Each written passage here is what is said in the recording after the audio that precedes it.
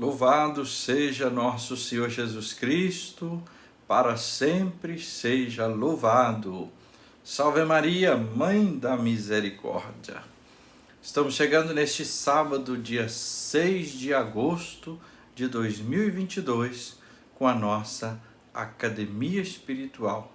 A Palavra de Deus fortalecendo a musculatura da nossa alma. Que alegria podermos estar juntos para partilhar a Palavra de Deus. Hoje celebramos a festa da Transfiguração do Senhor.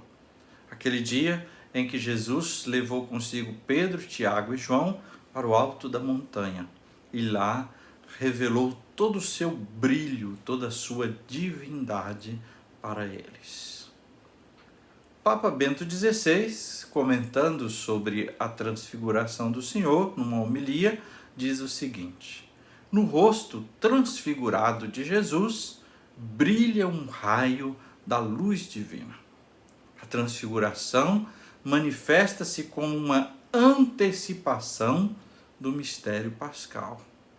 Nos convida para abrir o olhar do coração para o mistério da luz de Deus, presente em toda a história da salvação. Vamos juntos, então, meditar a palavra de Deus deste dia. Começa agora a Academia Espiritual. A palavra de Deus fortalecendo a musculatura da nossa alma. Comunicando, Padre Júnior Pereira.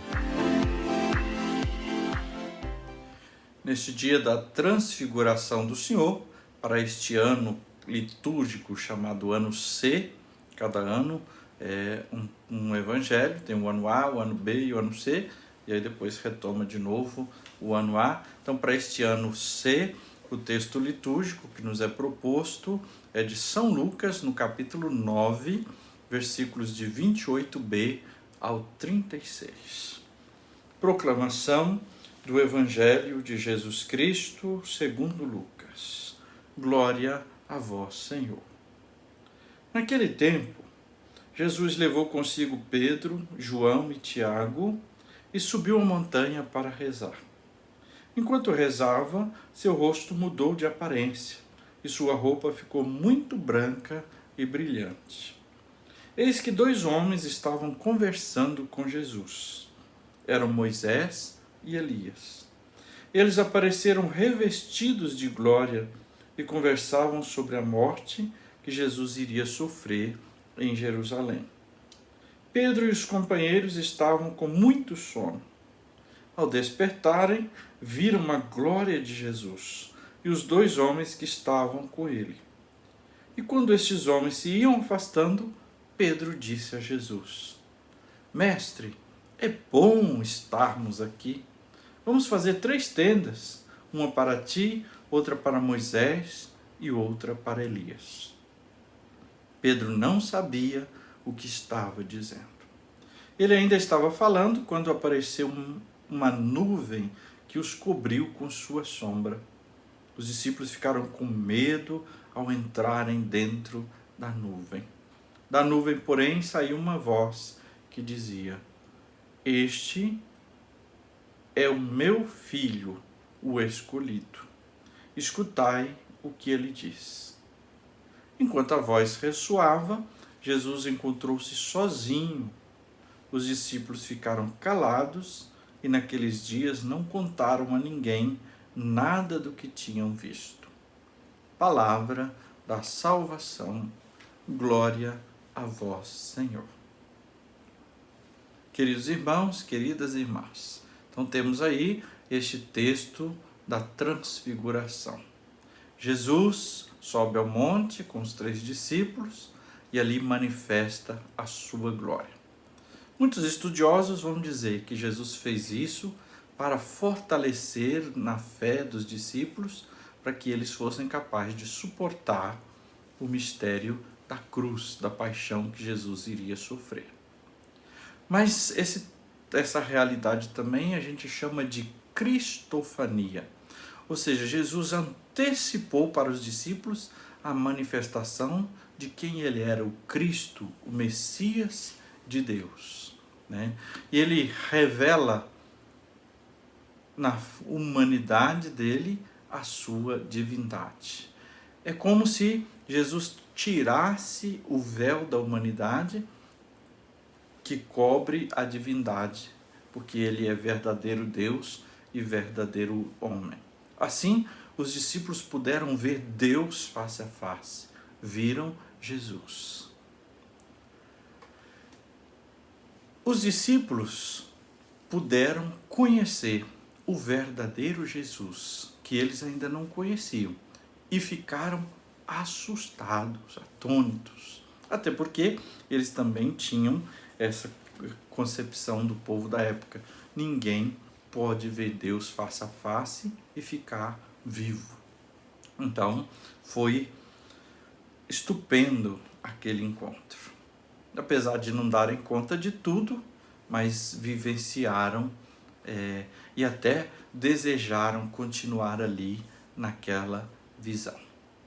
Agora, para nós, qual o significado dessa transfiguração de Jesus? Podemos dizer que, primeiro, nossa vida ela está permeada de provações, de sofrimentos, mas não é tudo. Aponta-se para nós um horizonte maior.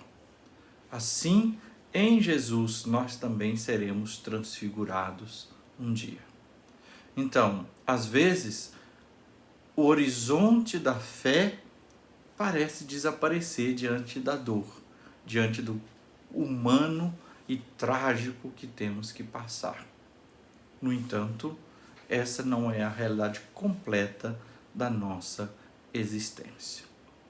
Então, o testemunho da fé brilha como um penhor de vitória e de vida eterna. Um dia, cada um de nós e todo o universo também será transfigurado quando o Senhor voltar na glória. A presença de Moisés e Elias, conforme ouvimos no texto, mostra que toda a história humana e a história da salvação converge para Jesus. Ele é o Filho amado. É dele que nós temos a palavra definitiva de Deus. Então, se a Bíblia é a palavra de Deus, Jesus é a palavra definitiva de Deus. Assim, a presença de Moisés e Elias confirma essa realidade. Moisés representa a lei, Elias representa todos os profetas. Os discípulos não foram capazes de discernir aquele acontecimento na totalidade. Por quê? Eles não discerniram a centralidade na pessoa de Jesus, o Messias. Eles não discerniram a centralidade da missão de Jesus, que passaria pelo mistério da cruz. E nem discerniram a centralidade do próprio ministério que eles receberiam de Jesus, pois queriam ficar ali, naquela vida, ao invés de ir com Jesus, descer, passar pela cruz para anunciar o reino. Também nós precisamos discernir a centralidade da pessoa de Jesus, a centralidade do mistério da cruz e da nossa missão de discípulos do Senhor. E agora, nosso segundo momento da academia espiritual, vamos tomar essa palavra e fazer oração. Como na academia, o primeiro passo é o alongamento.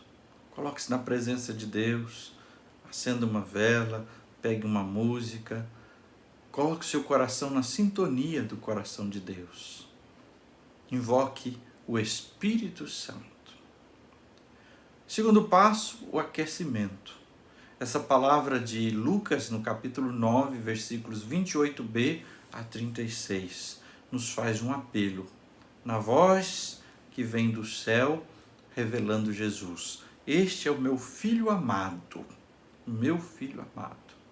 Precisamos voltar nossa vida, nosso coração, nosso foco para Jesus. Porque a condição disso, escutai o que ele diz. Voltar nosso foco para Jesus e escutar a sua palavra. Ele é a palavra de Deus revelada. E faz uma advertência também. Eles apareceram revestidos de glória, Moisés e Elias, e conversavam sobre a morte que Jesus iria sofrer. Assim, a advertência é o mistério da cruz, que envolveu Jesus, que envolve também nós, convidados a tomar a nossa cruz e seguir a Jesus. Terceiro passo, o treinamento, nosso momento de uma prece. Hoje eu convido você a rezar comigo a prece tomada de uma canção do padre José Weber, uma canção muito antiga, muito conhecida, Sim, eu quero. Rezemos.